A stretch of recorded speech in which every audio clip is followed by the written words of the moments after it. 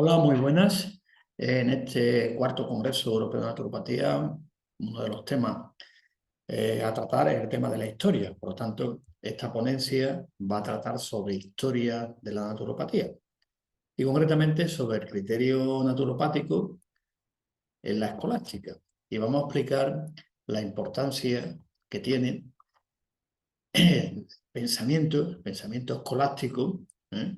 y su influencia en la historia de la naturopatía. Es importante esta investigación por el concepto como tal, tanto de salud, que es importante, como también de ese abordaje. ¿Qué concepto de salud? Se planteaba concretamente en la escolástica, ya no durante la Edad Media concreta, que ahí también hay temas muy interesantes para encontrar las raíces del pensamiento naturopático. Se va desarrollando y como consecuencia de ese pensamiento, llamarle filosofía de la naturopatía, que está más bonito, más interesante, pues tanto el desarrollo científico como el desarrollo profesional de la naturopatía. Porque aunque la naturopatía históricamente el punto de partida es finales del siglo XIX, principios del XX, exactamente la fecha 1892, con Benedicto Luz, es cuando se puede hablar de historia de la naturopatía. Y antes de que hablamos, pues, dentro de la historiografía o de la metodología histórica, pues siempre hablamos de los umbrales de la naturopatía, los previos. Y anteriormente, ¿de qué hablamos? De criterio naturopático en. Porque si empezamos a utilizar esos términos clásicos de que la naturopatía es anterior a existe tal, como a veces otras ciencias, ¿no? Que es un abuso de la historia, en cierta manera, de la interpretación histórica. Por lo tanto, vamos a hacerlo en el sentido estricto científico, como hay que hacerlo, entendiendo lo que es la historia en sí. La historia, evidentemente, se puede contar, como dice, siempre la cuenta cada uno a su manera y según intereses, pero también existe una metodología de investigación en la historia para llevarla a cabo. Lo otro es, pues, historiografía, novela, que se puede escribir literatura al respecto, pero vamos a hacer lo más estricto posible utilizando la metodología de la historia, que carga como tal, y sin faltar, evidentemente, a razonamiento, también la filosofía de la historia, que es importante también. Por lo tanto, el título es Historia de la naturopatía, el criterio naturopático en la escolástica, la regula vitae.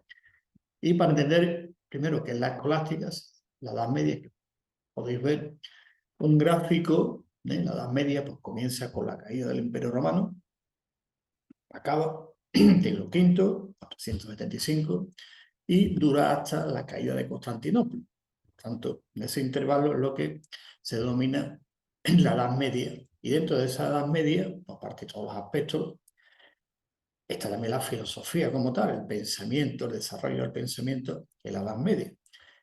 Evidentemente, también dentro de la Edad Media, dentro de ese pensamiento, la filosofía, la dividimos a nivel histórico de clasificación en dos grandes, diríamos, modelos o escuelas, ¿no? Lo que es la patrística y lo que es la escolástica. Estaba discutiendo también con unos colegas que es difícil entender la escolástica si no se entiende también la patrística, el continuo histórico de las distintas escuelas o formas de pensamiento, pero lo que hace que hayamos llegado actualmente a donde estamos. Pero hay una continuidad, quizá no una continuidad directa, lineal en el sentido el histórico de la palabra, sino siguiendo un poquito, siguiendo a Tomás Kuhn, pues, esa revolución, esos cambios PAC, no es tan lineal el pensamiento, ¿no? Pero es interesante que veis el esquema debajo, que incluso para ver esa continuidad de la filosofía medieval, para entender criterios naturopáticos, que aunque hay un momento histórico que se pone la fecha, pero hay una continuidad, que como por ejemplo como se empieza a partir de, incluso del siglo I, siglo II después de Cristo, con todo el pensamiento que se llamó, o la escuela que se llamó la patrística como tal, y después, posteriormente, continúa con la escolástica. Seríamos el momento de la clasificación del medievo, lo que es la Edad Media, y la filosofía medieval, y dentro de ella, pues vamos a ver el criterio naturopático, pero lo vamos a enfocarlo principalmente a la escolástica, es decir, ¿dónde empieza? ¿De acuerdo? Se empieza como empieza la Edad Media, la escolástica, el pensamiento escolástico, y después siempre empieza pues, con Boecio y con Juan Escoto y Bogena, y esos son los que comienzan como tales. A partir de ahí vamos viendo algunas obras de qué forma, pero primero vamos a ver que el criterio naturopático en la escolástica tiene sus raíces también, como he comentado antes, en un continuum histórico. No es lineal, pero hay un continuo histórico y se basa, evidentemente, en toda la cultura griega. Eso no se puede olvidar, el pensamiento griego, y dentro del pensamiento griego, todo lo que corresponde al concepto de salud está recogido en el corpus hipocrático. Y en el corpus hipocrático, y después los grandes pensadores,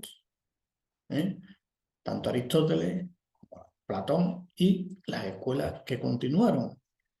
Por ejemplo, la teoría moral, que empieza con Aristóteles, pues dura en Europa hasta el siglo XVIII. En la escolástica se recoge también, sí, se recoge también, sí.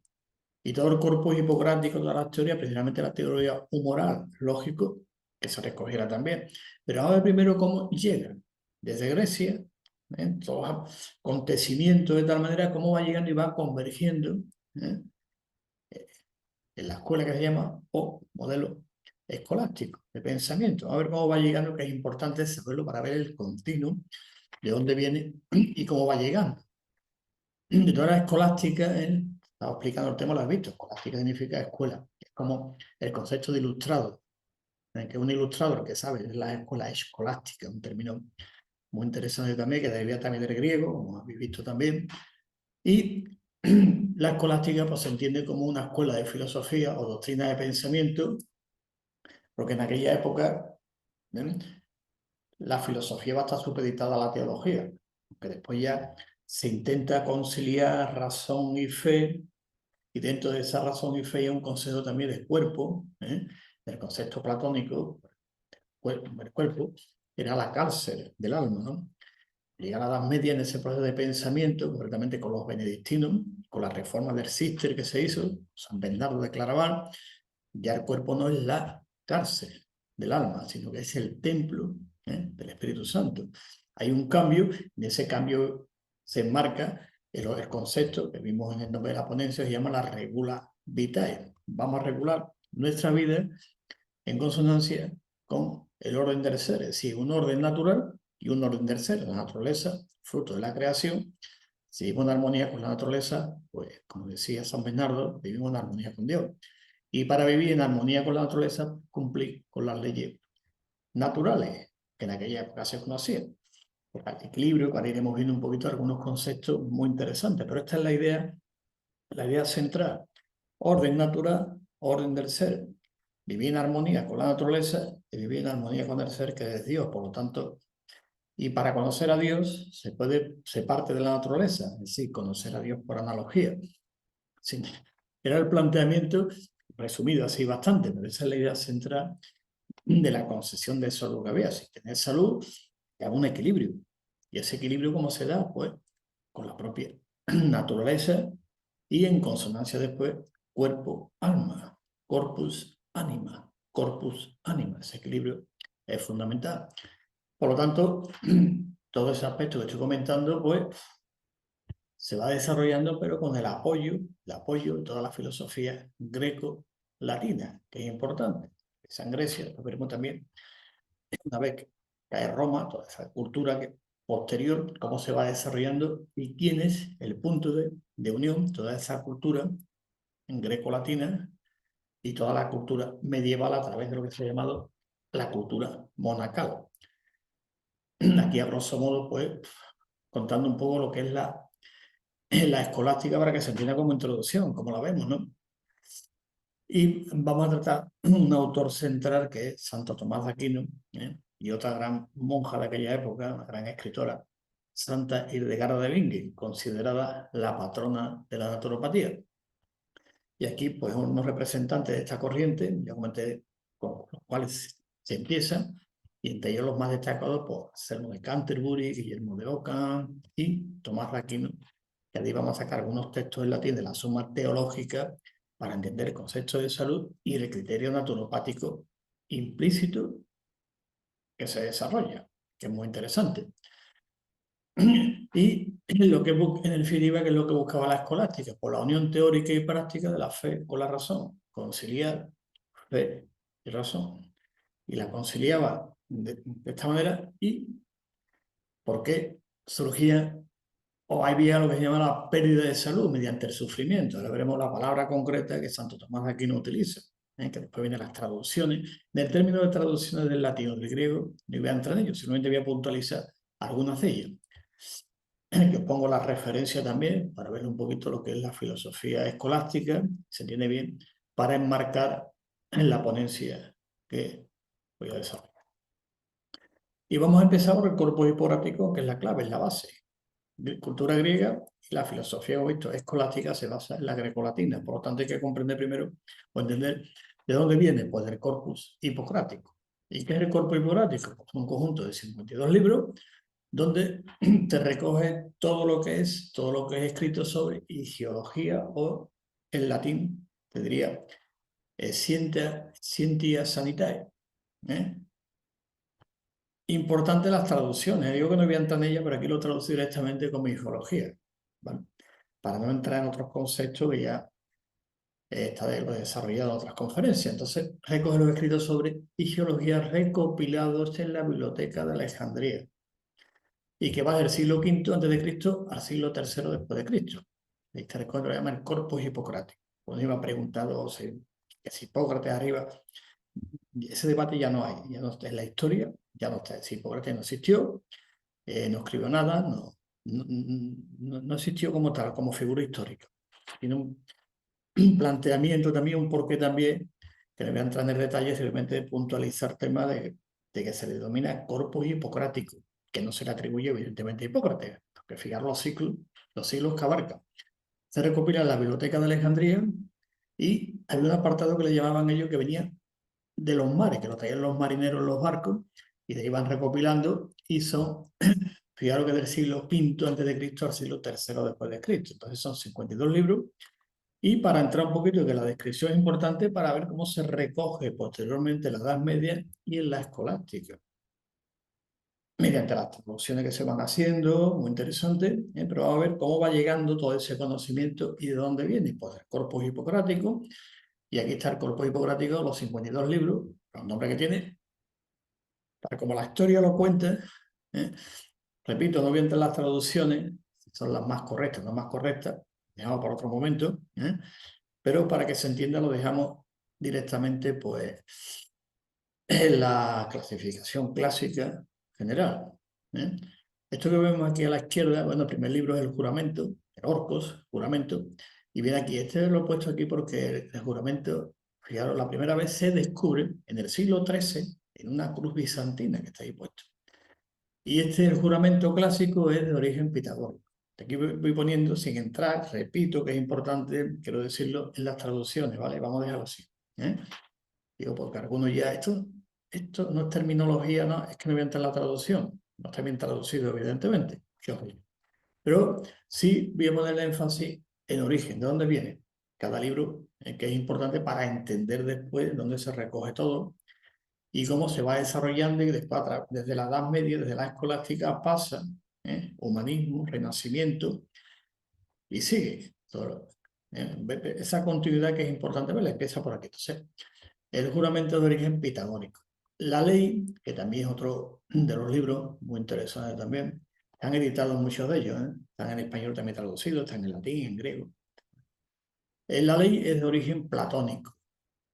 La escuela platónica también es muy interesante. Sobre el arte,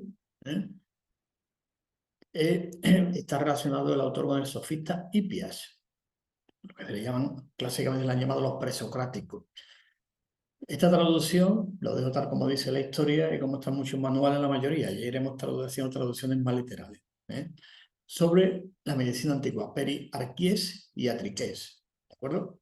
No tiene nada que ver con la traducción. Si me preguntáis, ¿y la traducción literal cuál es? Puede ser, arqué significa origen, ¿no? El origen, el arqueo es el origen, ¿no? No es antiguo, es el origen, y atrique significa sanador, no significa medicina. El tema de la guerra médica, que ya hemos comentado muchas veces también, ¿no? Y este descrito de procedencia Cos o de Esnilo, no se sabe. Cos y Esnilo son las dos clásicas escuelas que había más escuelas, pero estas son las más destacables, la escuela de Cos y la escuela de Esnilo, que desarrolla prácticamente, pues casi todo, no vamos a ver mucho de los libros que componen el corpus hipocrático. Sobre el médico, pero otro, volvemos a lo mismo, la traducción literal es sobre el sanador, y otros no eran médicos, evidentemente. ¿De acuerdo? Pero dejemos las traducciones. Este es un escrito compuesto en el siglo I después de Cristo, sobre la descendencia, también del siglo I después de Cristo, donde sabe el autor. Los preceptos, es una obra posterior a Epicuro. Epicuro fallece, muere en el año 278 a.C., parece ser. Los aforismos, que hay muchas traducciones de los aforismos, todos hemos leído los aforismos, bastante, pues se imita el estilo de algún filósofo oscuro que tampoco se sabe cuál es, ¿de acuerdo? Después los contenidos atomofisiológicos, vamos a ver algunos de ellos concretos y fijaros, volvemos a lo mismo, algunos ni se conocen ni autor ni posiblemente dónde pueda venir. Es sobre la anatomía, sobre pericardio, sobre el corazón, atribuido probablemente a Filistión, son estudios filológicos muy interesantes, sobre las carnes, influencia pitagórica, especialmente el capítulo 5, sobre las glándulas, sabe el autor, sobre la naturaleza de los huesos tampoco, sobre la naturaleza del hombre, atribuido a Polibio, que era posiblemente ese yerno de Hipócrates. Sobre la generación y la naturaleza del niño, pues se le puede atribuir al mismo autor que era de la escuela de Cnido, pero no se sabe el nombre concreto. Y estudio de tema dietético clásico, Peritrofe sobre el alimento, compuesto en el siglo I después de Cristo, pero se desconoce el autor, sobre la dieta sin procedencia, que puede ser de Cos o puede ser de Cnido.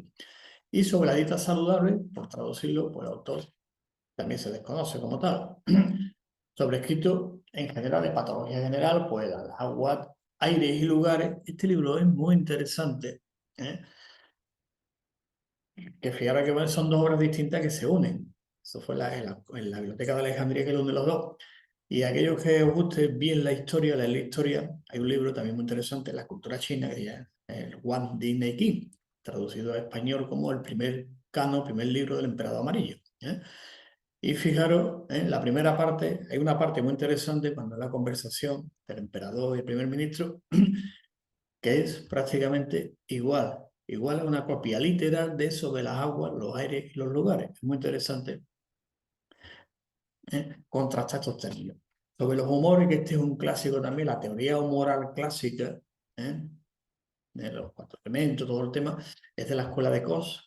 Sobre las crisis, también un libro muy interesante, tampoco se conoce el autor, sobre los días críticos tampoco, sobre las endomadas, parece ser que se escribió a mediados del siglo V, sobre las ventosidades, pues también está relacionado este autor con el sofista Hipias, pero no se sabe quién era.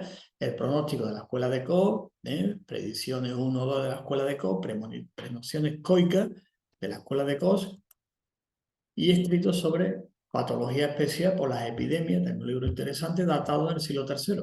Tampoco se sabe el autor, sobre las afecciones, escuela de nido, enfermedad de escuela de nido, sobre la 2, pues escrito en la escuela también de nido, vais viendo, escuela de Kos, escuela de nido, son las más importantes, aunque había también otras, como he dicho antes. Todas las afecciones internas, peritón en tos patón, escrito de la escuela de nido también, y el libro sobre Perieris Nusum, de Morbo Sacro, esto es muy interesante, compuesto en el siglo I después de Cristo. Y aquí unos datos, voy a entrar en ellos para no alargarme mucho en este tema, simplemente nombrar temas, los autores y que veamos cuál es la documentación base que llega a la Edad Media para tener un concepto de salud y un criterio. Se basa corpus hipocrático, ¿de acuerdo? La enfermedad sagrada del siglo I después de Cristo, pues los lugares en el hombre, pues no se sabe quién es el autor. La epidemia, pues el siglo III, otra vez la escuela de Cnido, escuela de Cnido, afecciones internas, pues lo mismo. La enfermedad sagrada de Peries Nusum. Vais viendo que hay dos términos, que es paton y noso. Pato y noso, ¿lo ven, no? Pato y noso. Son dos conceptos diferentes. Lo dejamos ahí, Lo dejo ahí como pregunta, para que se vaya desarrollando. Pero es muy interesante la distinción entre noso y pato. ¿Ves la diferencia? Es importante cómo salen varios libros con distintas denominaciones que no significan lo mismo. Patos y noso. ¿De acuerdo? Lo dejo ahí. Otra vez la escuela del nido, escrito en el siglo I después de Cristo, sobre los lugares, como digo, no se conoce de dónde viene. y de contenido propiamente terapéutico sobre la dieta en las enfermedades agudas, peritonitis en Oseón, que en la escuela de Cos cambia, y sobre el uso de líquidos, pues el autor pues tampoco se sabe. Y lo he escrito ya, quirúrgico concreto, para que veamos que en el cuerpo hipocrático se recoge de todo, que a veces dice, no, es que proviene, que dice, no, hay de todo. Después, el criterio naturopático viene de un tema muy concreto que lo veremos después. Quedamos por ahí, pero viene de todo, igual que en otras obras clásicas se escribe de todo, ¿eh? ¿De acuerdo? De otras ciencias de la salud y de la nuestra concreta, que es la naturopatía. Por lo tanto, el criterio naturopático también está aquí, el cuerpo hipocrático, aunque también hay otras ciencias de la salud que también tienen su sustrato aquí también histórico, ¿de acuerdo? No entro en comparación. Y sobre la oficina, Cariatrón de oficinales de la Escuela de Co. Y aquí dos libros que pone posiblemente atribuidos a Hipócrates, ¿no? Sobre las articulaciones, sobre las fracturas. Pero el clásico de la dieta que no hemos visto no lo escribió. Parece escena que en aquella época hubo dos Hipócrates, Hipócrates primero y Hipócrates segundo, sí que era un nombre común en aquella época, ¿eh? Después sobre las palancas, en la escuela de Cos, otro de la escuela de Cos, sobre las úlceras no se sabe, hemorroides pues tampoco, y sobre la fístula tampoco el autor. Vemos cómo se habla prácticamente de casi todo, ¿eh? Y escrito oftalmológico hay uno sobre la visión, tampoco se sabe quién es, y ginecológico también, muy interesante, todo el corpus completo sobre las vírgenes, escuela de nido, escuela de nido, escuela de nido, vais viendo, vamos viendo aquí, donde escuela, este, sobre la embriotomía también de la escuela del nido, y aquí, por ejemplo, sobre la dentición, pues no hay autor tampoco, ¿eh? Por lo tanto, los dos libros, como hemos visto, ¿eh? Se trata de todos los temas. Hay un apartado que es concreto, que es donde se recoge el criterio naturopático, que es el que pasa a la Edad Media, cultura monacal escolástica, ¿de acuerdo? Que es este concepto que es importante, el concepto de diaitia, ¿eh? No el concepto de iatrón o iatriqué, que hemos visto antes, sino el concepto de diaitia, que aparece, ¿no?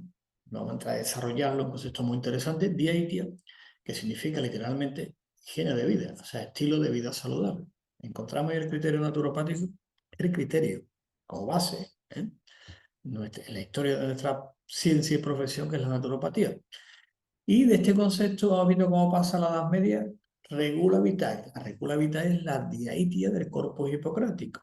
Regula vitae significa regular la vida. ¿Cómo la regulo? En armonía con el orden natural. ¿Y el orden natural qué es? Pues el orden del ser. Si la creación en la naturaleza, si vivo de acuerdo con la naturaleza, regulo mi vida en torno al ser. ¿Y quién es el ser? Pues Dios, la Edad Media. Interesante ese razonamiento, y que después ya, posteriormente, en todas las escolásticas, ¿eh? Y en general la Edad Media, pues se llamó después régimen sanitatis. ¿Qué es régimen sanitatis? Pues un régimen de salud. Lo que ahora en naturopatía le llamamos el programa personal de salud, PS, que es lo mismo. Un régimen sanitatis, que no es un tratamiento para curar una enfermedad. Tómate esto que te va a curar esto. Tómate esto que te cura esto, ¿no? Es un régimen. Vemos la evolución del concepto diaitia, corpus hipocrático, regula vitae, régimen sanitatis, que van relacionados los tres. Y aquí, que es la diaitia general, y lo importante ahora veremos para distinguirla de la teoría moral, que es muy interesante, que también se recoge, ¿eh? Durante la Edad Media, el pensamiento escolástico también, principalmente, os digo, me voy a centrar un poco en Santo Tomás de Aquino, ¿de acuerdo? Según algunos autores, por ejemplo, Joly, surgió dentro del círculo pitagórico el concepto de dialéctica, mucho más antiguo, ¿no? Concepto en las escuelas pitagóricas.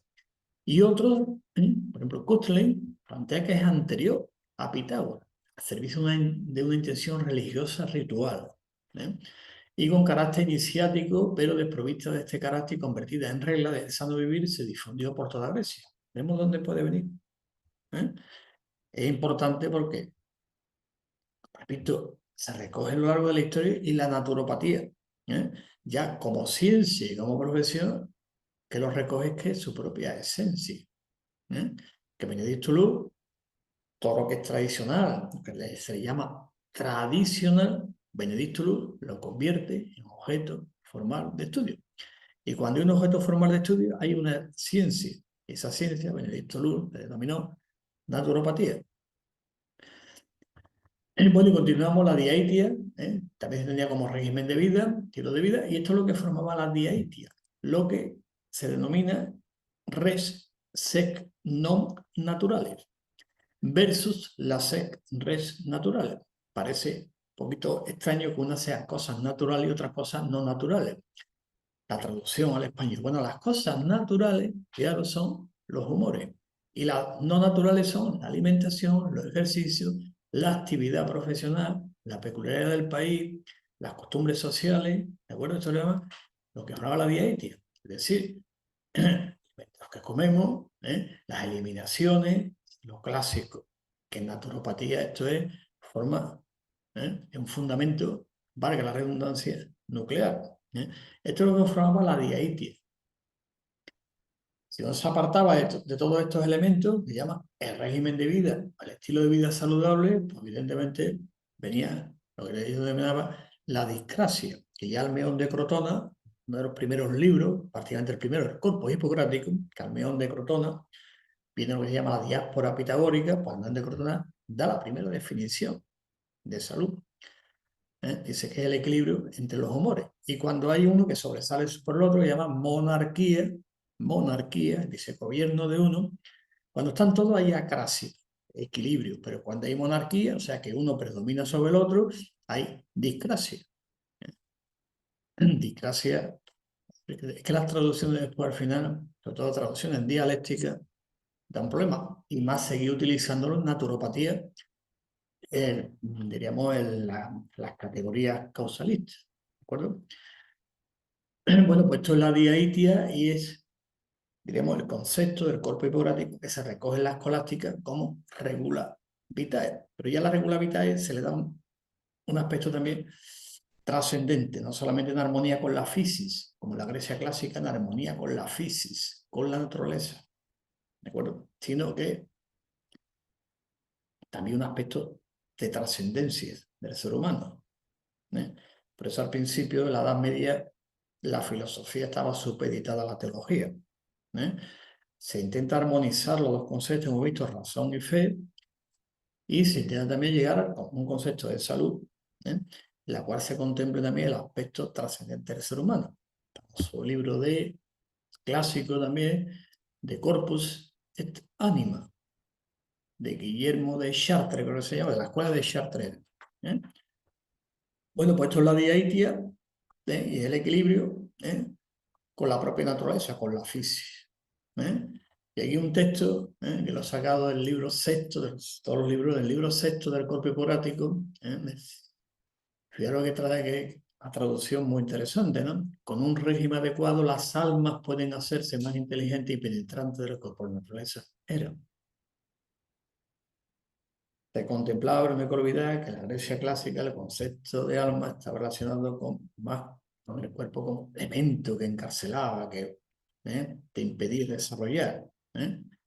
Hay un aspecto ahí también interesante, tanto en el platonismo clásico, el pensamiento platónico, como en el neoplatonismo también, de Jámblico, Plotino, etcétera, etcétera. Dejo la frase nada más sin entrar en más comentarios. Por lo tanto, la diaitia en su sentido original estaría en los orígenes históricos, no historicistas, porque los naturópatas no hacemos historicismo de naturópata era hasta Jesucristo, ¿de acuerdo? Como otros, digo un poco irónicamente hablando, claro. Pero sí está en los orígenes de la naturopatía, la diaitia. Y este concepto de diaitia, ¿cómo pasa? Llega a Europa en la Edad Media, pero va a ver que pasa por Oriente primero, ¿eh? Se va a Oriente, ¿por qué? Porque en Oriente ya hay unas escuelas que se abren, que es en Isibe y en Edesa en el siglo II, pues ya centros ahí culturales donde hay civilizaciones, hay cultura, y si hay cultura, evidentemente, y pensamiento también. Vamos a hacer un poquito de recorrido, vamos a quedarnos con los nombres ni vicios de esa etapa, pues, evidentemente en Oriente, en Siria, ahí empieza. ¿Y por qué? Porque vamos a ver qué es lo que había allí, cuál es el ambiente, el contexto histórico en aquel momento para que ahí se desarrollara y se tradujera, que eso es importante, todas las traducciones que se hicieron del griego, después al árabe y después se hicieron al latín. Desde aquí, después también las traducciones también muy interesantes en la cultura de los monasterios y veremos la convergencia, pero cómo se da, que es importante, pero primero vamos a ver cómo pasa a Oriente. El contexto Nisibe, como he visto antes, Gondisapur también, ¿no? Que tiene su famosa academia, un centro de formación muy interesante en todos los aspectos científicos, incluido la ciencia sanitaria, la ciencia de la salud, y se desarrolló, incluso vieron el nombre que tenía, se hizo conocida por la enseñanza de la ciencia de la salud, que es muy interesante, y se hablaba de todo. ¿eh? Vamos quedando con la fecha, que es importante para que veamos lo que había allí, de aquella época. ¿Y qué es lo que había? Pues, ¿cómo se da ese encuentro? Se dice encuentro de cultura, pues con la herejía de Nestorio. No vamos a entender el pensamiento de Nestorio ahora, todo el tema, pero la herejía de Nestorio, ¿qué hace? Pues se expulsa del Imperio Bizantino y se destierra tras el concilio de Éfeso, vamos quedando con la fecha, 431, siglo V, Roma cae unos años posteriores, ¿de acuerdo? ¿Y qué es lo que hace? Pues evidentemente dice, ¿qué hago? Si de aquí ya no puedo estar, ¿qué hago? Pues me voy. ¿Dónde me voy? Por donde ya hay una cultura, hay un proceso y hay ya unas comunidades que ya eran nestorianas en principio, seguían a Nestorio, que era obispo también. Entonces la herejía los pulsan de la iglesia, los pulsan de todo, y dice, ¿dónde me voy? ¿Dónde hay ya unas comunidades y evidentemente hay también ya una civilización concreta? Por eso vimos en las fechas anteriores y lo que había en aquel momento. Entonces, te van para allá, la cultura ya estaba allí, no te olvides también Alejandro Magno, la helenización, ¿eh? Situemos el contexto histórico que hemos estudiado, ¿de acuerdo? Y las primeras comunidades pues, fueron con San Efrén. Bien, lo hemos estudiado y lo sabemos también. ¿Vemos? Caldo de cultivo tan interesante, lo que llama el contexto histórico, donde Nestorio se va. Dice, voy de aquí porque me expulsan. Entonces, esa expulsión de los nestorianos, se van primero a Edesa y después ¿qué hace? Dice, oye, que también lo echamos de aquí, ¿dónde nos vamos? Más al oriente, se van hacia Persia. ¿eh? Y allí encuentran asilo y Nestorio, ¿qué es lo que hace? Pues evidentemente todo lo que era la cultura griega, entre ellos el corpus hipocrático, sí, no lo llevamos para allá. Esto es importante saber porque es el nexo, que va a llevar toda la cultura, más lo que había allí, evidentemente con la helenización que se llama, y se recoge el tema, y nos vamos directamente, ahora nos vamos de aquí, nos vamos a otro sitio también. Y con eso se lleva todo. Se cierra la escuela de Edesa, fijaros la fecha, ya había caído el Imperio Romano, y los nestorianos pues, se van más al oriente, como he comentado antes, y tras el cierre de la escuela de Edesa, fijaros que es por segundo el que le ofrece a todos los inmigrantes sabios y señoros para acá y vamos a culturizarnos y traducir y formar. Y después llegaron también, porque ya había allí un contexto histórico muy importante que se daba, el contexto histórico fundamental, ¿no? Cuando se cierra también la escuela de Atenas, que es Justiniano la Sierra, ¿eh? Ya en el año 529 que hace, y dice, ¿dónde nos vamos? Dice, allí hay un núcleo que conocen bien toda nuestra cultura, pues nos vamos para allá. Entonces, fíjate, por un lado, Nestorio se va para allá con todo lo que eso implica a nivel cultural, todo el despliegue, la cultura griega que él se lleva, y después cuando se cierra la escuela de Atenas, pues también lo mismo.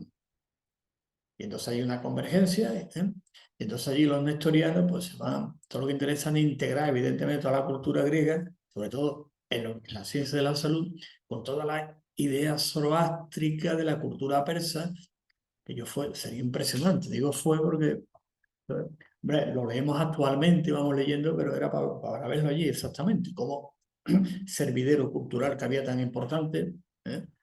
Pero, importante, dato, Nestorio y la escuela de Atenas, que es Justiniano la Sierra, y dice, bueno, ¿dónde nos vamos? Acá.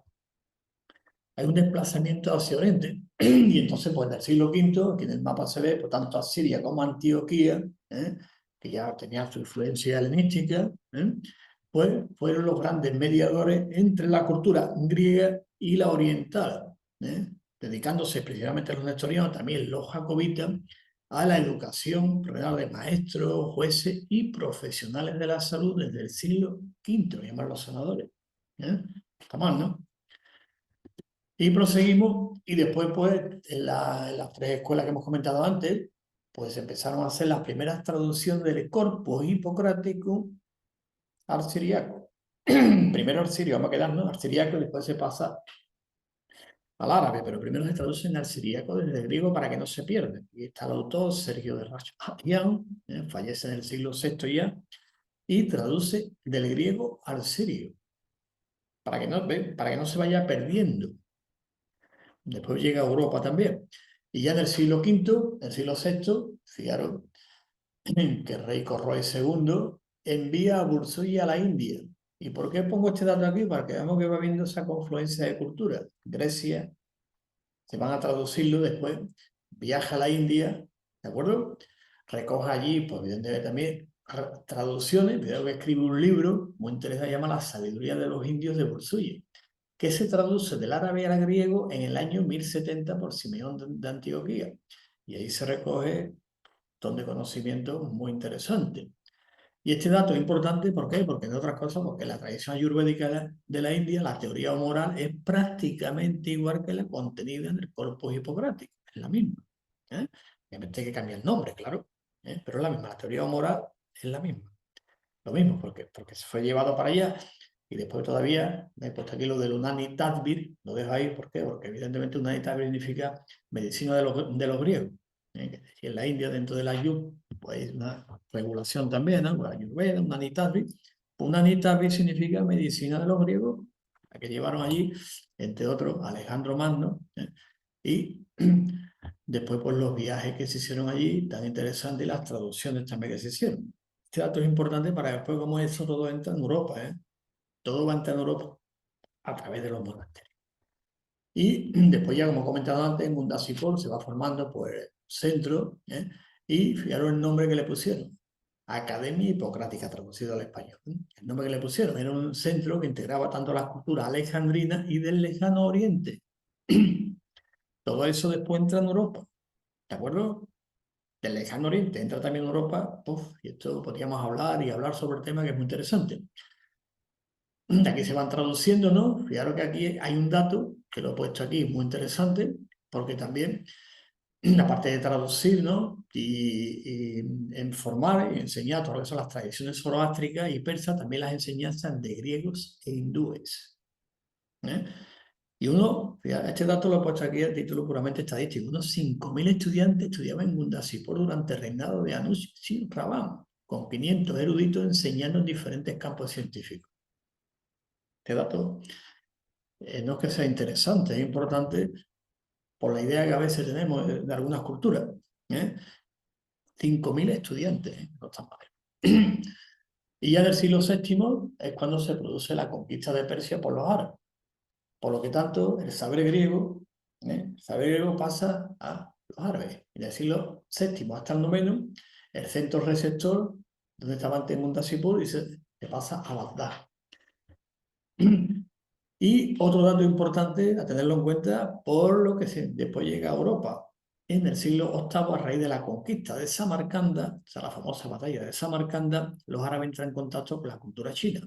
Lo dejo ahí, no voy a entrar en detalle, igual que con la cultura india no entro en detalle para ver qué es lo que entra después en Europa a través de los monasterios, y eso llega al pensamiento escolástico, o sea, la filosofía escolástica con los conceptos. Y ya después, del año 832, el famoso califa Al-Mamun funda la Casa de la Sabiduría en Bagdad. Y a partir de ahí se organiza la escuela, emulando evidentemente pues, lo que se había hecho anteriormente, y se empieza a traducir y formar. Por lo tanto, los cristianos nestorianos fueron una genuina correa de transmisión del conocimiento científico y filosófico, porque van los dos unidos. Sin filosofía no hay ciencia, y sin ciencia no hay filosofía. ¿De acuerdo? Greco-romano a la entonces incipiente cultura islámica, luego del Islam, este acervo de conocimiento volvió a Europa otra vez. Pero ya venía incrustado conocimiento de Oriente, de China, de la India.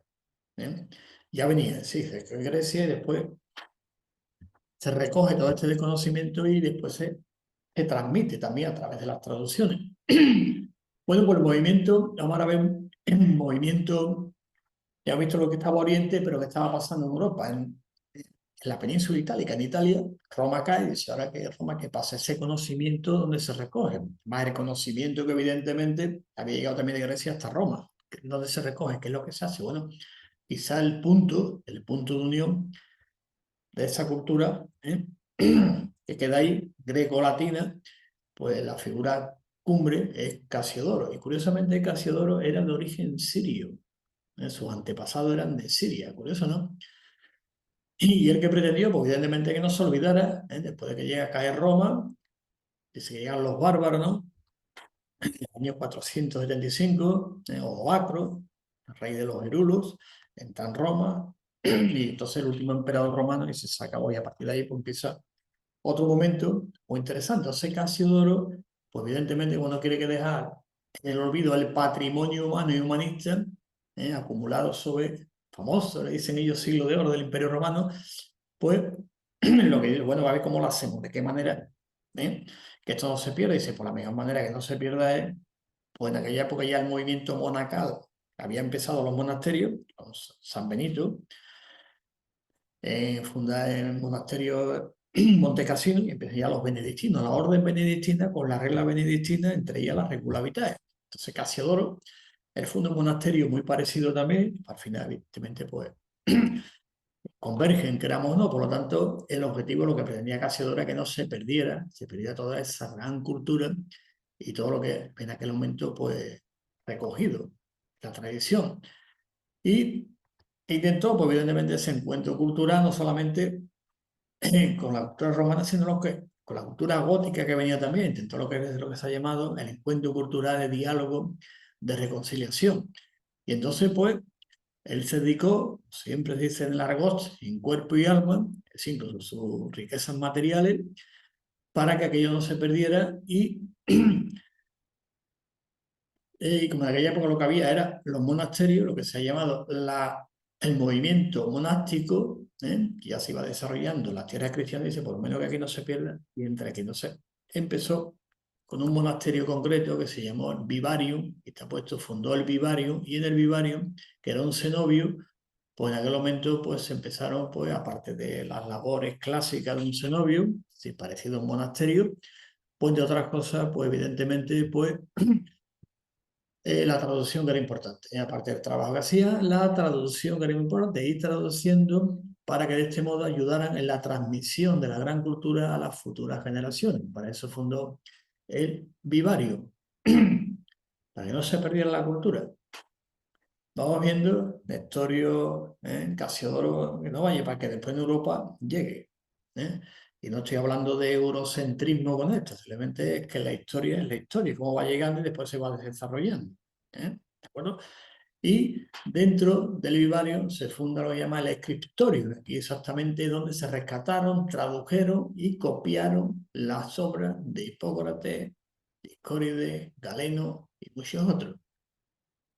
Y entre ellos Casiodoro escribió su famosa enciclopedia de historia natural. El esfuerzo fue tremendo para que no se perdiera nada de nada. Y ya vamos viendo cómo va entrando en lo que llaman la cultura monacal. Es que no había otra forma de conservar. Va entrando por aquí y ahora veremos todo lo que es de Oriente, que había allí, cómo entró también. Pues evidentemente a través del mundo árabe, del Islam. ¿Dónde entra? ¿Por Europa dónde? ¿Del Al-Ándalus? ¿Dónde correctamente? En Córdoba. Empieza el Califato de Córdoba, que en el momento del siglo XIII para la universidad es la biblioteca que más libros tenía de toda Europa.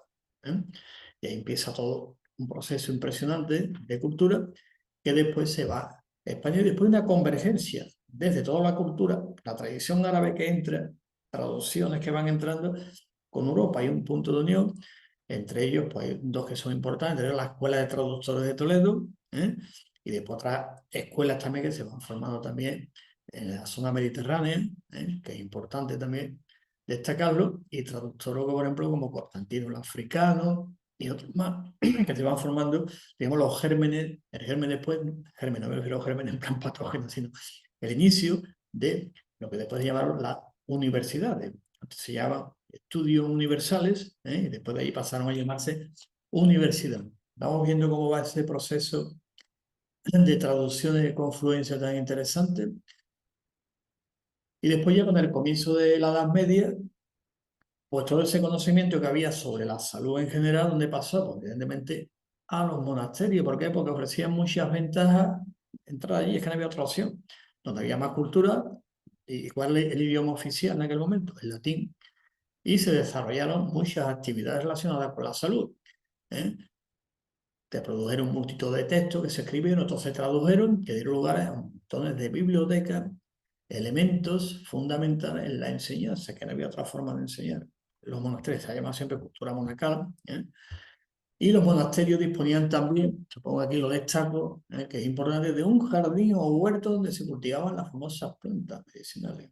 Tenían todo su huerto, sobre todo los benedictinos principalmente, porque en el momento las tres grandes órdenes, la primera son los benedictinos, después verlo también los franciscanos, y la otra eran los dominicos, o sea, que las primeras que empezaron, ¿no? Entonces, los benedictinos tenían su jardín botánico que se llama, siempre, y una habitación colocada junto al armario de los pigmentos, lo que llama botica, lo pongo entre comillas por la traducción, donde había un monje sanador. Lo traduzco literalmente porque para no abusar del lenguaje, podía haber dicho que era un naturópata, sí, podía haberlo dicho, sí, pero no, dejamos así. Hay un historiador español muy bueno, que ya ha fallecido, que de tanto libro de historia de dicho, no, historia de los sanadores, como sanadores hay muchos. Hay un giro ahí. El tema entonces lo dejo directamente donde un monje sanador, que todos entendemos lo que eso significa, no vamos a poner ningún nombre, ¿de acuerdo? Y elaboraba sus preparaciones, compuestos, característicos, muy parecidos del concepto de salud hipocrática que hemos comentado antes, de la diaitia principalmente. Estamos ya llevando al criterio naturopático. Y no hay que olvidar también, lo importante también, diríamos, el aporte sustancial de la influencia también religiosa. Es decir, había conceptos de salud hipocrático y también una influencia religiosa que es importante tenerlo en cuenta. El cuerpo es el templo del Espíritu Santo, no una cárcel, que lo es, ¿de acuerdo? Es una dimensión que también en el mundo griego también se recoge bien, aunque se le hace salto del mitológico a la fisis, pero también queda ese reducto, de ánima, el ánima mundi. Bueno, pues además el hecho de que los monjes viajasen con frecuencia, pues también era otro factor que favorecía el intercambio de conocimiento científico que en aquella época se desarrolló. Y una de las órdenes monásticas más influyentes en el desarrollo y aplicación del criterio naturopático, repito, criterio naturopático, fueron los benedictinos. Y de la diaitia de los griegos y posteriormente arabizada, pasó a la regula vitae de los benedictinos. ¿Y esto qué supone? Pues un peso integrador del marco conceptual que desarrolla la diaitia de higiene de vida, añadiéndole, repetimos, la clara influencia religiosa. La naturaleza es obra y creación de Dios. Si respetamos y vivimos en armonía con la naturaleza, estaremos cumpliendo con la ley divina. Orden natural, orden del ser. Entonces, un claro giro hacia la naturaleza como creación y por tanto la ética está deducida de un ser supremo, con clara referencia a su creación. Sí. El ser, orden del ser, orden natural, deber ser. Adecuo mi deber ser a qué? A orden natural, que es lo que tengo más adelante, que diríamos, es lo que la escolástica se debatió, cómo integrar razón y fe. Dice, ¿qué es lo que tengo más inmediato? Dice, la naturaleza. Pues me voy a armonizar primero con ella. Mi ética, mi deber ser, la adecuo a lo que tengo delante, a lo que veo. ¿De acuerdo? Y a partir de ahí conoceré a Dios. Como decía Santo Tomás de Aquino, conocer a Dios por analogía. Ese razonamiento centra, ¿de acuerdo? Corpus hipocrático, dimensión religiosa. Armonización, razón y fe. ¿De acuerdo? Por tanto, la salud de que depende de una armonía con la propia naturaleza como creación divina. Ese es el concepto de salud de la escolástica. Y esos criterios naturopáticos, su contexto histórico. Después otras ciencias de la salud pues, también tienen sus estudios, tal, ¿de acuerdo? La medicina monástica, la tal, no sé, muy bien, todo se desarrolla, pero vamos a aplicar los criterios y ahí recogemos. Después la naturopatía, pues, también un criterio naturopático en el pensamiento tanto medieval, tanto monacal, como en la filosofía escolástica, en este razonamiento que he comentado antes. Aquí está San Benito de Nurcia, fundó la orden benedictina, una regula vitae, era la regla, llamaba la regla benedictina. Dentro de la regla pues estaba la regula vitae también, estaba regulado todo, hasta cómo había que vestir, cómo había que abrir la puerta, el portero, todo bien regulado. los que tenían que comer también, de qué manera, cómo atender también. Ahora lo veremos después. Y aquí ya entramos, quizá, una de las personas, no llamarle personaje que no me gusta como tal, ¿no? Pero Benedictina, ella, que actualmente es considerada la patrona de la naturopatía.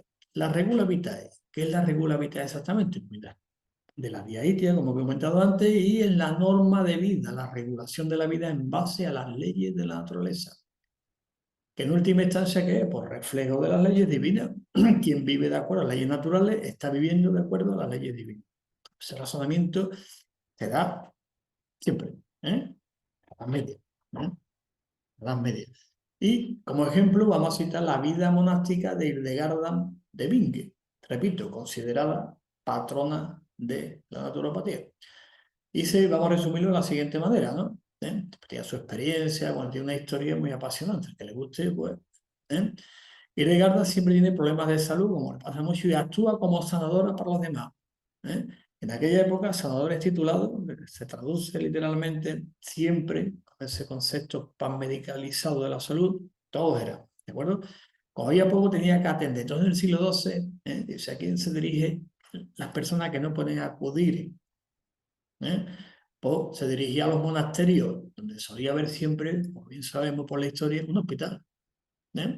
Y entre los monjes y monjas había algunos que tenían conocimientos sanitarios. En muchos monasterios del siglo XII, o ya del siglo XIII, se les dijo a los benedictinos que no podían utilizar, que no podían ejercer como sanadores. En el siglo, creo que fue en el siglo de París, en el siglo XIII, les digo, dedicaros a rezar, y esto no lo hagáis. Digo, no me acuerdo el nombre. Y que para hospitales para tener a los pobres, peregrinos, una casa especial para la sangría, una institución muy importante en aquellos tiempos, un jardín de plantas, es decir, pues ya hemos comentado que ven todos los monasterios. Pues la regla benedictina dedica un capítulo a los que habían perdido la salud, capítulo 36, que se han servido como si fueran realmente el Cristo, con toda solicitud. Qué curioso, ¿eh? Y el saber que se aplicaba, esto es importante destacarlo, dentro del criterio naturopático, un saber global, no existían aún las especializaciones. Y Hildegarda, Santa Hildegarda después, pues Santa Hildegarda de Bingen, escribe obras que revelan una cultura notable y un saber enciclopédico, sí, integrador para aquella época, porque no había especialidades. Después también compuso música, bueno, impresionante, ¿no? Y escribió bastantes obras, siempre se nota, el carácter científico, con hechos bien observados, dedicaba mucho a la observación, con mucha intuición e ideas nuevas, pero para aquella época, evidentemente, no se puede jugar desde aquí, faltaba, pero para aquella época, mucha observación, mucha empiria, y mucha intuición, y a partir de ahí, pues, los resultados eran evidentes. Entonces su conocimiento científico y experimental, que ya intuyó muchas cosas que después la ciencia posteriormente fue corroborando. Entonces, que pongo algunos libros, están traducidos a español. La primera vez que entré en contacto con la obra de Hildegarda de Bingen fue en Francia. El primer libro tengo en francés, después ya se fue traduciendo al español también. Y es una obra muy interesante, porque interpreta el concepto de la salud, siempre lo interpreta a la luz de la fe, y de la visión interior que ella le caracterizaba. Decía, corpus et anima, corpus et anima. No lo separaba, el corpus del ánima. O sea, el cuerpo del alma, evidentemente. ¿Y cómo debería ser esta práctica de la salud? Según los benedictinos, Edgar de Bingen y todo, pues empleaba la herebología, que era clave, las estudiaba, tenía sus jardines, las catalogaba, siempre anotando las propiedades, observando cómo funcionaba, consideraba a la persona en su unidad física, psíquica y espiritual, corpus et anima. Y examinaba la persona entera, se preguntaba el porqué y la causa de problemas de salud. Y claro, corpus et anima. Entonces, asociaba la sanación del espíritu con la del cuerpo y al revés también, una interacción dinámica, que ya Descartes recoge posteriormente, porque Descartes estudió también en los Cordeliers, que escribió su libro famoso, incluso el método en latín, distingue res extensa, res cogita, tan unida, tal tema. Pues fijaros qué interesante dentro del criterio naturopático de aquella época, la interacción, dice, si uno, cuerpo, el alma y el cuerpo. Si sana uno, sana al otro, y al revés también. Mens sana in corpore sano. Se llama Juvenal, gran poeta romano. Y sabía que los pensamientos y los sentimientos mal integrados pueden favorecer la pérdida de salud también. Eso también es estudio muy interesante. Pues veremos una cita de Santo Tomás, después la de un latín, que viene explicando claramente lo que es los benedictinos y después también posteriormente dentro de los benedictinos, pues Edgardo de Bingen, ¿no? Principalmente, después San Bernardo de Claraval y algunos más también muy interesantes, que desarrollaron todas estas teorías y prácticas. Tuvo una gran fama de sanadora, otro tema, y era una sanadora holística y humanista para aquella época, es decir, aplicable el criterio naturopático en su práctica sanadora. Aquí literalmente lo digo, criterio naturopático. Tuvo muchas críticas posteriores al tema, pero si leemos bien su obra dentro de su contexto histórico, no fuera del contexto es fácil, ¿no? Esta mujer decía, no, aquel contexto. Con lo que hice, de dónde venía todo su conocimiento, pues las traducciones, lo que hacía, de su intuición y todo lo que hacía. ¿De acuerdo? Y no voy a entrar en detalle de lo que hacía, las críticas, porque no es el momento, y vamos a seguir. Por lo tanto, tenemos ya. Y aquí ya, después de ir de Garda de Bingen, pues viendo ya cuál es el concepto de la escolástica, de dónde viene, por un lado, ¿eh?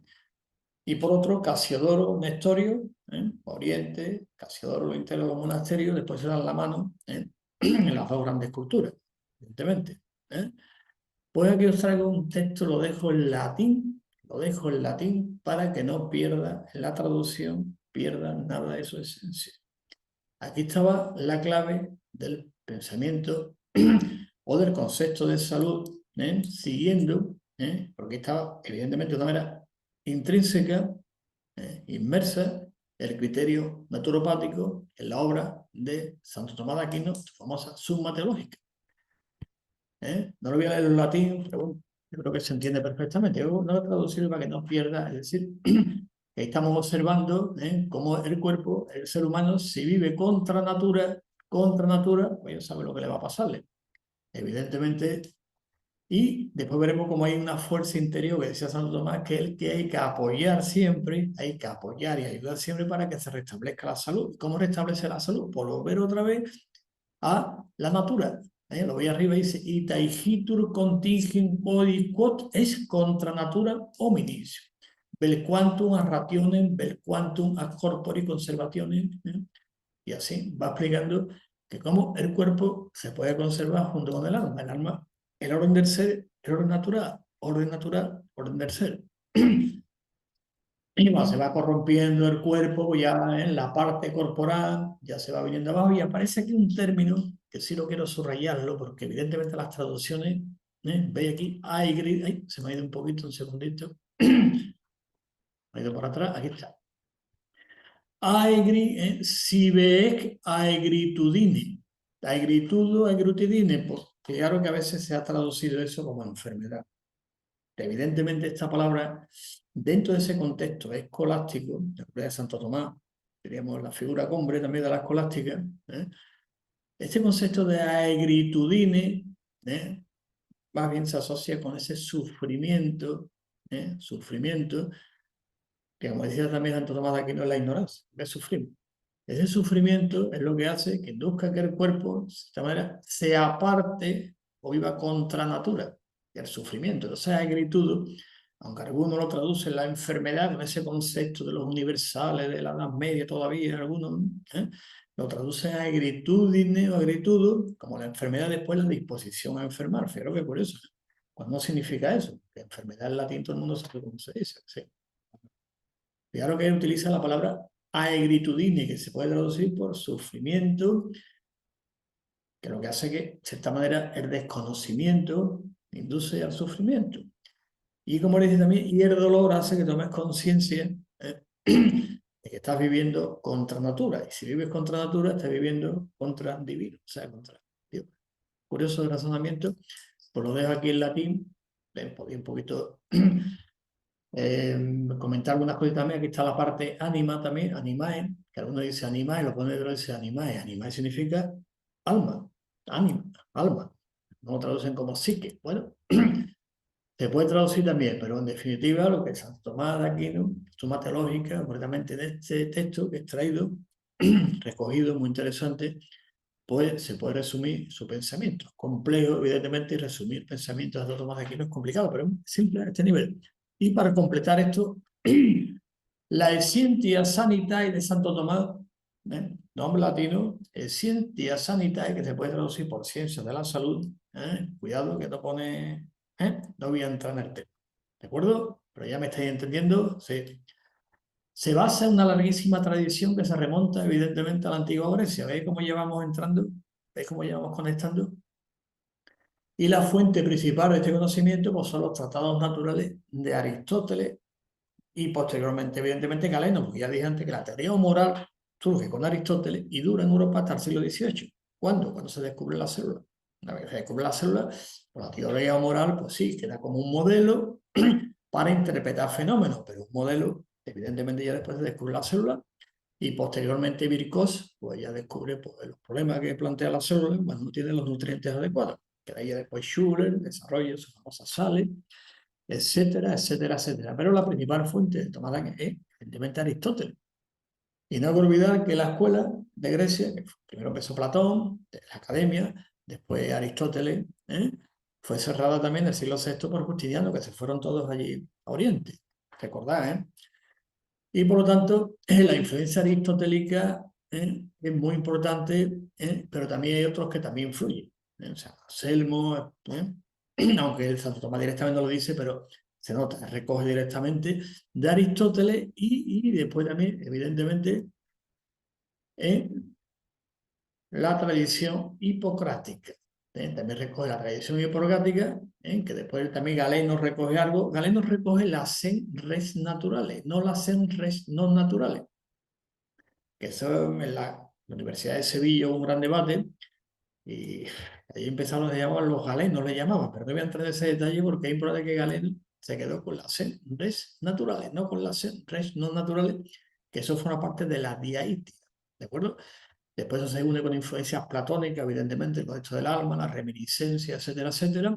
Y esto forma la base de la ciencia sanitaria del pensamiento de Tomás de Aquino, que en definitiva es la escolástica. ¿De acuerdo? ¿Y cómo conoció a Santo Tomás de Aquino? Que no lo dice, pero se ven los textos donde lo recoge y voy y entramos ya a la tradición árabe, Averroes y Avicena. Todo lo que es de Averroes y Avicena, ¿y dónde lo recoge Averroes y Avicena? Pues las traducciones que se habían hecho, que habían entrado, por un lado, en lo que ahora se llama Irán, que es Persia, ¿no? Persia antigua, y después lo que entra por Córdoba, Avicena, Averroes, Maimónides, y Játiva, Játiva en Almería y Játiva en Granada. Sí, se va a con una rica tradición que es impresionante. Entonces, dentro del corpus hipocrático, la tradición de la ciencia sanitaria de Tomás de Aquino, aparte de Aristóteles, pues también a través de Averroes y Avicena, lo que se llama, se ha llamado clásicamente el pensamiento medieval, el averroísmo latino. El que Averroes simplemente es conciliar Aristóteles con el Islam. Y Santo Tomás que intentó pues, conciliar Aristóteles con el cristianismo. Razón y fe. ¿De acuerdo? Y se recoge toda una rica tradición también el tema de la salud, que ya no hace falta comentar, el canon de Avicena famoso, Herculis, y bueno, no vamos a entrar en ello. ¿Cómo es de ahí? Y hay un criterio naturopático ahí impresionante también, que lo recogemos también dentro de la historia de la naturopatía. Y ya para ir terminando, pues la acción sanadora no produce por sí sola el restablecimiento del orden natural, sino que dispone el cuerpo para que pueda actuar mejor su propia virtud sanadora interna. ¿Qué no suena esto? Suena, dice, criterio naturopático, vamos a decirlo claramente, dice puro y duro. La acción sanadora no produce por sí, sino que dispone al cuerpo, es decir, lo que hacemos los profesionales naturópatas es decir, ¿qué hacemos? Apoyamos, ayudamos, colaboramos con, impulsamos, ¿lo que? Pues evidentemente la virtud que le llamaba, Santo Tomás de Aquino le llama la virtud sanadora interna. Virtud, en latín tiene su nombre, ¿no? Cuidado, cuidado, cuidado que algunos pueden pensar, la vis natura medicatrix. No, eso no existe. Vis natura medicatrix no existe en el corpus hipocrático. Por tanto, Santo Tomás de Aquino no pudo recogerlo, porque eso es fruto de los traductores de Renacimiento que lo interpolaron. Pusieron vis natura medicatrix, una barbaridad. ¿De acuerdo? Posiblemente llegara también a Europa a través de Bizancio, a través de la obra de Alejandro de Tralles, que sí habla de la vis natura regenerate, fuerza regeneradora de la naturaleza. No vis natura medicate significa fuerza medicalizadora de la naturaleza. Es una barbarie de los interpoladores y los traductores que interpolaron en el Renacimiento el corpus hipocrático. ¿De acuerdo? Eso no existe, vamos. Primeramente porque me lo he leído también, aparte que también contrastado al 100%. El que no, pues que lea los libros del corpus hipocrático y vea en cuál de ellos aparece el término vis natura medicate. En ninguno. Por lo tanto, en naturopatía no podemos hablar de ese término porque no ha existido nunca y es una barbaridad lingüística que utilizamos para expresar algo diferente a lo que nosotros pensamos. Nosotros pensamos esto y lo decimos de otra manera. Por eso utilizamos el término vis natura regeneratrix y Tomás de Aquino, traducido al español, le llamaba virtud sanadora interna, que hay que potenciar más que la acción puramente sanadora. Sanadora, puede traducir de otra manera, ¿de acuerdo? Y aquí os pongo otra referencia de la sentencia metafísica de Tomás de Aquino. Y aquí podéis ver claramente algo que es importante cuando dice que sí, que hay que hacerlo, que intervenimos, que se regula y si hay un órgano del cuerpo en el cual nunca, nunca, nunca puede perder su función, que es el corazón. ¿De acuerdo? El corazón puede inducir a la egretio que le llama agretión y egretio, ¿no? Pero nunca puede, porque si el corazón se para, ¿de acuerdo? Él lo explica claramente, os lo dejo también el texto en latín, sin poder traducirlo, pero habla del corazón también, que es el único sitio susceptible. Aquí se utiliza el término infirmatitis, que se lo utiliza en la sentencia metafísica. Corde sano totum corpo sanitatis alterat. ¿De acuerdo? Y la salud, terminamos ya, como se define, dice, la salud es para Santo Tomás la armonía del organismo que deriva del equilibrio de sus cualidades sensibles. Calor, frío, humedad, sequedad. ¿Recuerda eso algo de los humores? Teoría humoral, que sí, ¿no? Y la alteración de esas cualidades sensibles produce la discrasia. Discrasia, repito, esta es la definición que parece que la ha copiado literal de Almeón de Crotona. Es literal. ¿De acuerdo? Este es concepto de salud. Correcto. Después hay que añadir la dimensión también trascendente y religiosa, aunque Tomás de Aquino intentó por todos los medios conciliar fe y razón y pone los cimientos de lo que hoy llamamos el método científico. Siempre ha existido, pero se puede conocer a Dios por analogía desde la propia naturaleza. Desde la naturaleza conocer a Dios. Bueno, pues este es el concepto que tiene naturopático en la escolástica, pensamiento primeramente de Santo Tomás de Aquino, para no entrar, que prácticamente es igual. Y que resumiendo, pues lo hemos dicho también al principio, hay un orden natural y un orden del ser, y un deber ser. Si yo adecuo mi deber ser al orden natural, al orden del ser, evidentemente no habrá nunca, como decía Santo Tomás de Aquino, y los griegos, discrasia, habrá armonía. Y esa armonía, pues evidentemente, ven cuerpo. Ánima es cuerpo. ¿De acuerdo? Ánima es cuerpo. Corpus et anima.